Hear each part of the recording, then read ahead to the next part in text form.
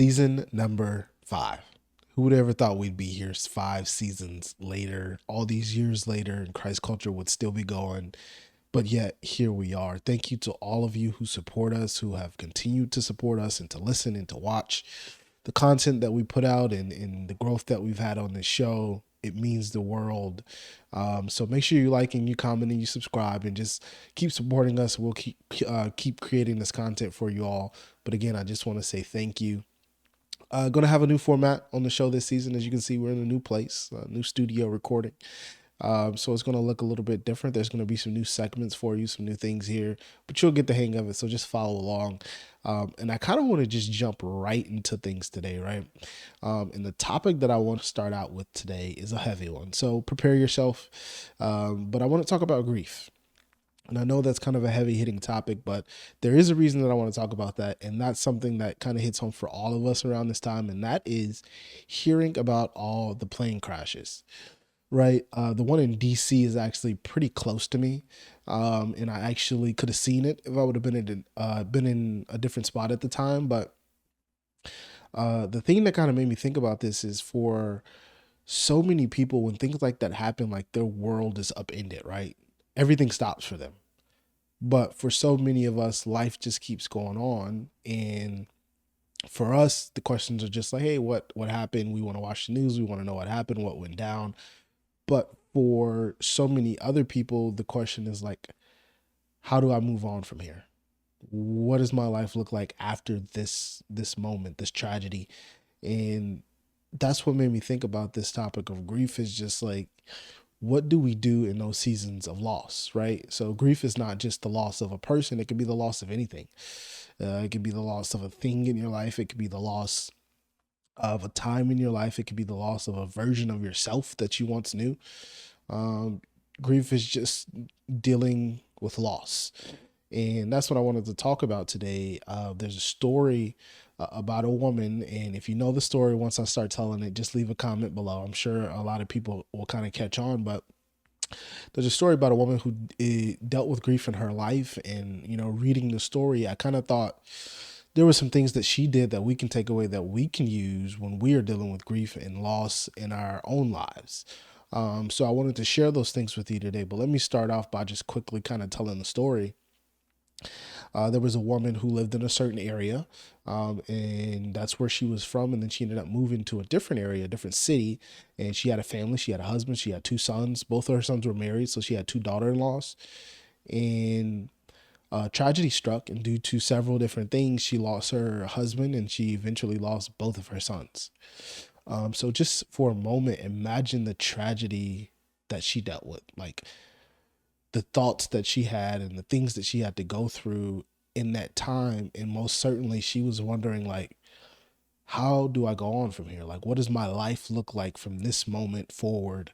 And I think for many of us, when we find ourselves in those seasons of grief and loss, we're in the same space. Like, I don't really see a way forward from this. I don't know what my life looks like after this. And that's the tough part. So she did several things in the story that I was reading, and the first thing that she did that I thought was very interesting was she was honest. She was very, very brutally honest about how she felt. She thought it was unfair. She thought it made her bitter. She didn't even want to be called by her own name anymore. She wanted to be called bitter, basically. Imagine that. Imagine right now if people stop calling you your name and start calling you how you truly felt. What would they call you? But this is the situation that she found herself in, where she just felt like this was unfair that it happened to her, that she was bitter, that she was angry, and she didn't know where to kind of go from there. The thing that we can take from that is to be brutally honest in those seasons of loss in our own life, right? It's important that we don't allow those emotions and things to fester inside of us and to build up. Always trying to play the strong character, be the strong person in the situation. Like, no, be honest with yourself, be honest with God, be honest with the people around you. Like, hey, this season it's not a good one for me. I don't feel good. I feel like this is unfair. I feel like you know, I feel bitter, I feel angry, I feel upset, I feel hurt, whatever it is, channel those emotions and be honest about them, right? Because when you're honest, you create that pipeline for those emotions to work themselves out and to come out of you and not to sit inside of you and become something else. So I think it's important for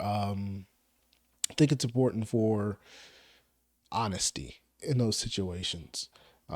Excuse me, y'all got to bear with me. I'm just getting over a cold, but I know I had a deadline for this first episode, so I wanted to make sure I got it done. But yeah, she was honest first. Then the next thing she did in the story that was intriguing to me was she actually decided, hey, I'm not going to stay here where I am due to several reasons. I'm going to move back home where I'm from. And I was like, okay, why is that important? Why does she do that? And what I got from it anyway is the fact that she went somewhere that was comfortable for her, right? She wanted to go somewhere where she could process those emotions, where she was familiar with the people, the place, how things worked. And I think when we're in those seasons of grief or loss, whatever kind of loss it may be, we kind of have to do the same thing. And that's put ourselves in those positions that are comfortable. Put ourselves in those environments that are comfortable. That could be anywhere for you. That could be your mother's basement at your parents' house. That could be your comfort zone, sitting down there on the couch watching TV. It could be at the beach. It could be in your car, taking long car rides. Like whatever your comfortable space is, try to find yourself there as much as possible during that season so that you can properly deal with those emotions, right? Because it's difficult to be sitting at a desk in an open cubicle across from three other people trying to process emotions when you got a report due by 3 o'clock. Like it's kind of difficult to deal with things internally when you're going through a situation like that. So yeah, put yourself in that comfortable position to deal with those emotions. And then the last thing she did in the story that was very interesting, well, it wasn't even something that she did, but I mentioned to you that she had two daughter-in-laws, and they were still around after she lost her husband and her sons. And one of her daughter-in-laws left, but the other one stayed. And not only did she stay, she went back with this woman, and she was like, wherever you go, whatever you do, I'm going to do that as well. And I think the last thing that we can do in these seasons of grief to really help us is to find that person that's willing to be in it with you. And I'm not talking about those people who give you those empty words. Oh, if you need something, let me know. If you want me to do something for you, I'm here for you, but they don't actually mean it. I mean the people who are actually willing to sit in those moments with you, right? Those people who are willing to show up at your door and be like, hey, I'm here with food. I'm about to warm it up so you can eat because I know you haven't eaten. I know you don't have the energy to get up and do anything. So I'm going to come in and I'm going to wipe the counters down and clean up the kitchen for you. Those people who are like, I'm going to call you on the phone. You don't even have to talk. I'll do the talking. I just don't want you to be alone in the space that you're in right now. Like those people who are actually willing to be in it with you, it's important to find those people during that time of loss and grief. And as cliche as it may seem, if you can't find that person, that physical person, call on God. I promise you, he'll come. He'll be that presence that you need. Just ask him. Just tell them what you're going through. Tell them how you truly and honestly feel, that you don't feel like you can do it by yourself and that you need somebody there with you, and he will be that person. So yeah, I thought that was an interesting story. And I thought she did several things that we could take away and use in those seasons of loss. So like if you're dealing with loss, if you're dealing with anything or you're in a season of grief from anything, leave a comment, send us a message or whatever, and just let us know what it is that you're going through. We can relate and we can get back with you and talk to you. But when I was preparing for this episode, I'm like, okay, so obviously I got to tell them what I'm grieving in my life, right? And I had a couple different answers, and I was, kind of wondering which one would I say. And I felt like God was like, well, just be honest. Just tell them the honest truth of what you're dealing with in your life, what you're grieving. So the thing that I'm kind of grieving right now in my life is actually a job, believe it or not. Back in December, I left a job that I was at for 6+ years, I think. It was a good job, making good money, good benefits. the whole nine, just, flexibility, like so many different things. And to be honest, I started to take a lot of those things for granted. And I started to focus on the fact that I can make, more money in a similar position with a different company. And I eventually decided, hey, I'm going to leave to make a little bit more money. And, sometimes things, but you need to be reminded of them. And it was shortly after I was gone that I realized, okay, all those other things were very valuable. Although I don't regret the decision, because God used that season of my life this season of my life, I should say, to teach me and to grow me in so many different areas and to help me to, become a better man and a better person. So I definitely don't regret the decision. At the same time, I do find myself grieving the loss of the job that I once had. All of the perks and the benefits and the things that I had in the flexibility and just the company that I worked for. I do find myself grieving the loss of that job. And that's kind of been the season, that I'm in.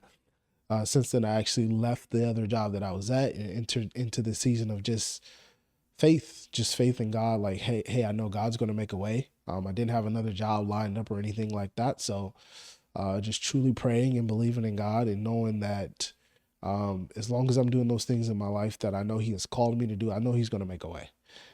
So that's where I'm at with that. And I'll definitely update you guys on the story and like what's going on.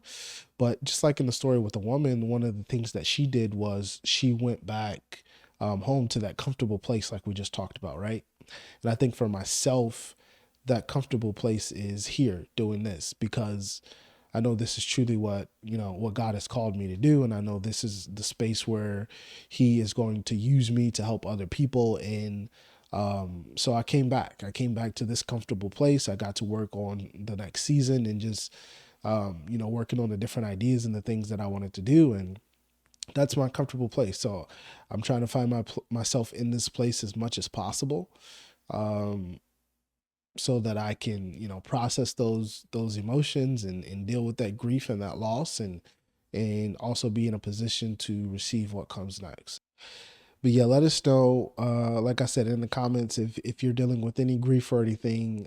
We definitely want to hear from you and get back to you, and just let us know if anything that was said today resonates with you. Maybe you're like, hey, yeah, I've been doing that, or I want to do that to help myself in this situation that I'm going through.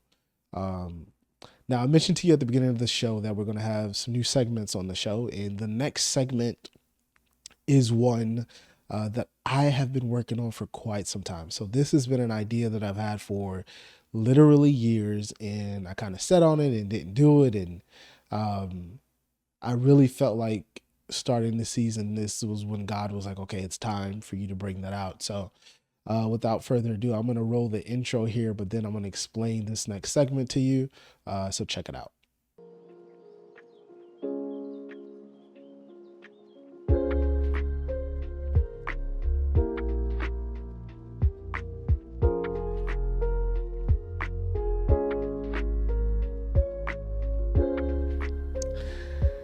Now, I know you're probably confused. You're like looking at the intro. You're like, what is this about? Is this about coffee? Kinda. And I know you're looking at the apron like, what is a spiritual barista? Well, let me explain everything to you.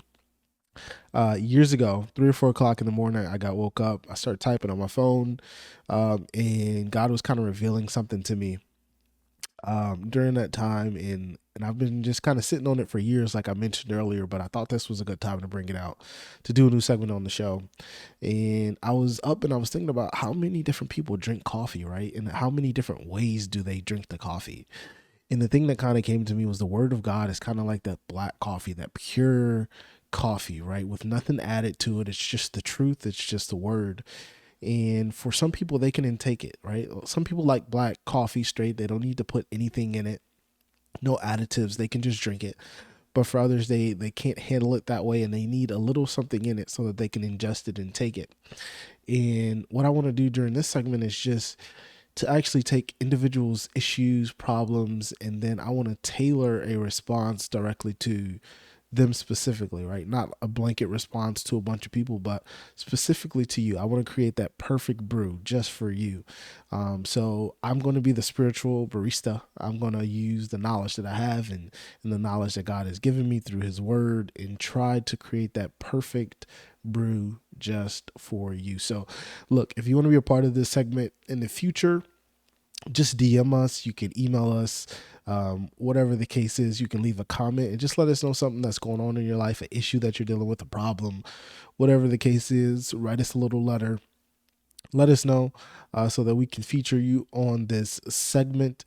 And without further ado, let's go ahead and take our first order.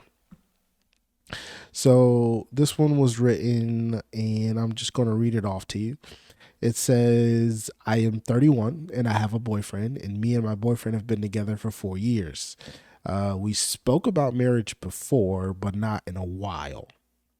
I do love him. He is a good man. How should I tell him that it's time for us to get married, or should I just wait until he asks me? I don't want to push, but I also don't want to wait forever. I don't understand why he hasn't asked me already. What should I do? Now, this is very interesting. So the first thing that comes to mind in this situation is um, the fact that with men, a lot of the times, and not all men, but some men, it's difficult to pop that question. It's difficult to go there if you feel like you're not in a place in life to give her the type of life that you want her to have, if that makes sense. If you're not in a place financially or otherwise, you may not pop the question because you want to get to a certain position to be able to take care of her and look after her the way that you want to before you enter into a marriage, right? So that could be the case. The other thing is that sometimes your sense of urgency is not the sense of urgency of another person. So while you may be feeling that way, the other person may simply not feel that way. And it may just take you telling them to kind of light a fire under them like, oh, hey, okay, this is something that we need to be pushing for sooner rather than later because that's how you're feeling. So you may just need to let them know that. The other thing is, and this is where it kind of gets to be a touchy subject, but the honesty of it is you have to ask yourself, am I displaying an individual? Am I being an individual? Am I showing him that I'm an individual that he wants to spend the rest of his life with? And that's where you have to be introspective and look at yourself and like, hey, what are the things that I'm doing? I'm saying, how am I supporting him? Am I displaying those wifely qualities that's going to make him want to ask me that question? And you also have to, ask that question vice versa. Is he actually the man that I want to be with? And if he is, why hasn't he asked me that question yet? So there's kind of both sides of that, but it's going to take that. And I think you'll get a lot of answers, through,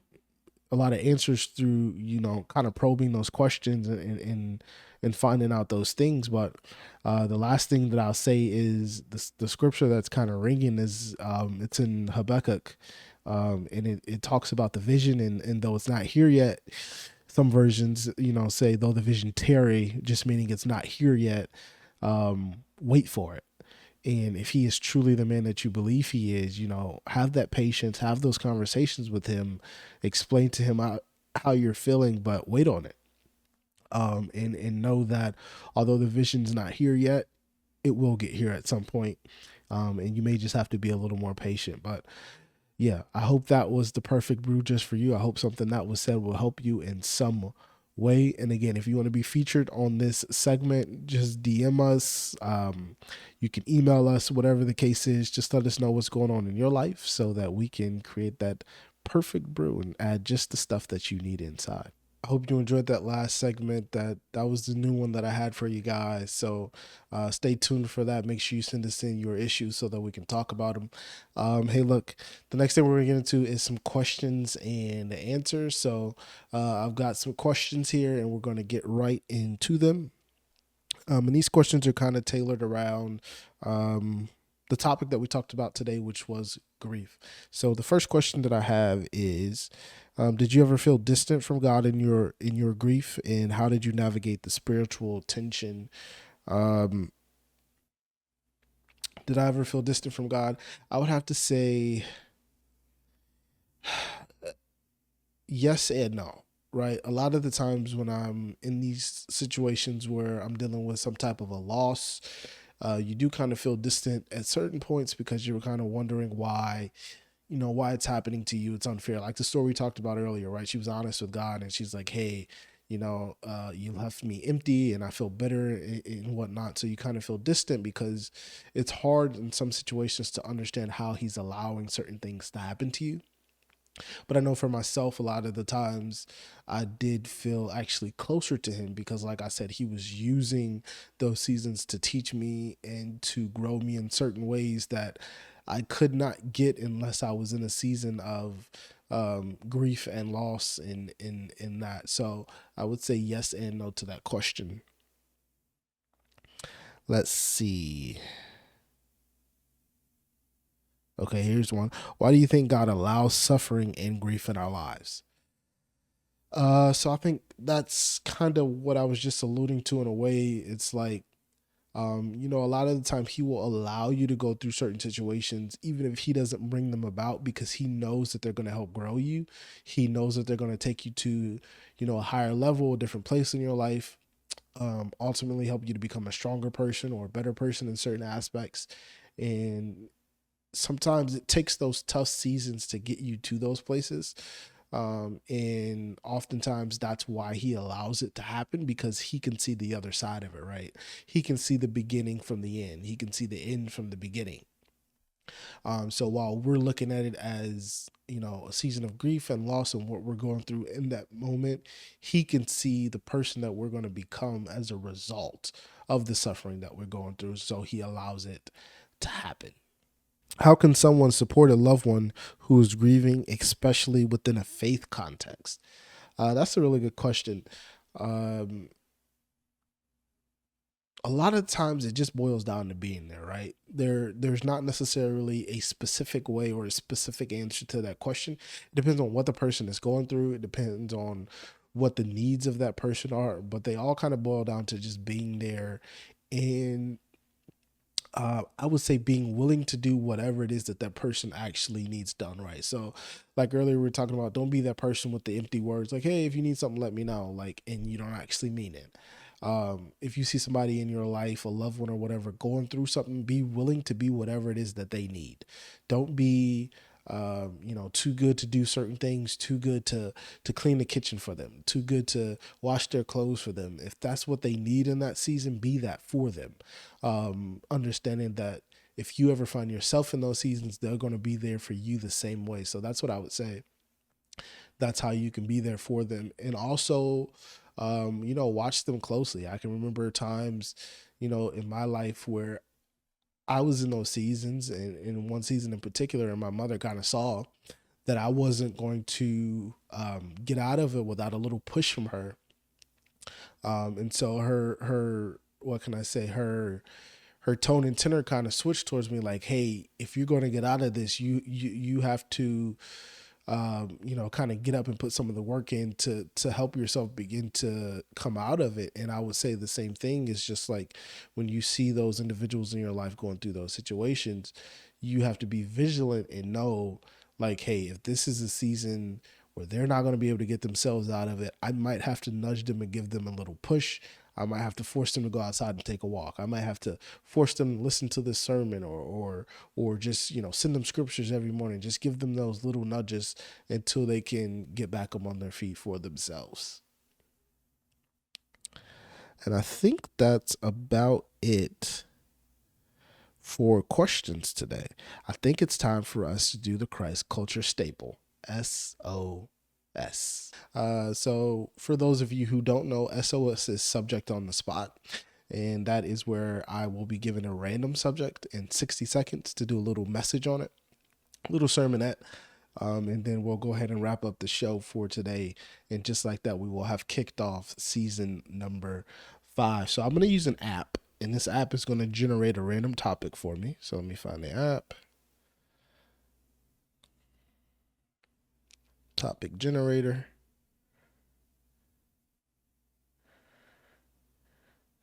And I click the button, And the topic for today is computers. Interesting. That's interesting because I actually work in IT. That's what I do for a living. So, uh, but let's go ahead and put 60 seconds on the clock. Let me pull the clock up.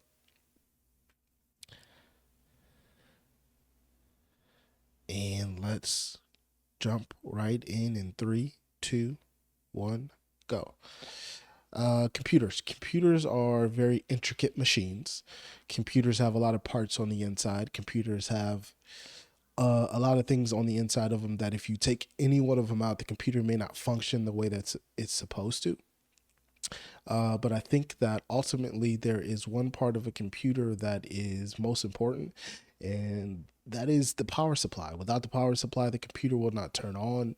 And I think in a lot of ways, we are like computers, right? We have all those different parts on the inside of us that help us function and operate the way that we're supposed to. We have a brain, we have a heart, we have blood vessels, we have all these moving parts. But the thing that we have to stay connected to is God. That's the power supply, right? That's the source. That's what makes all of those things function in the first place. And without it, we will never be able to live up to the potential that we have and to accomplish those things in life that we need to accomplish. So stay connected to the power source and you will operate like you are supposed to. Boom. Just like that, season 5 has been kicked off. I know the episodes are a lot shorter than they used to be, but I wanted to be able to give you some content that you can listen to and get through on a weekly basis. Hey, listen, like I said, make sure you DM us, comment, subscribe to everything on all the platforms: Instagram, YouTube, Spotify, and TikTok. Let us know what you want us to talk about in the future as far as topics. Make sure you send us your situations for the Perfect Brew segment. And again, thank you for your continued support and just watching and following all of these years and all of these seasons. It means the world. And we will be back next week, same time, same place. Peace.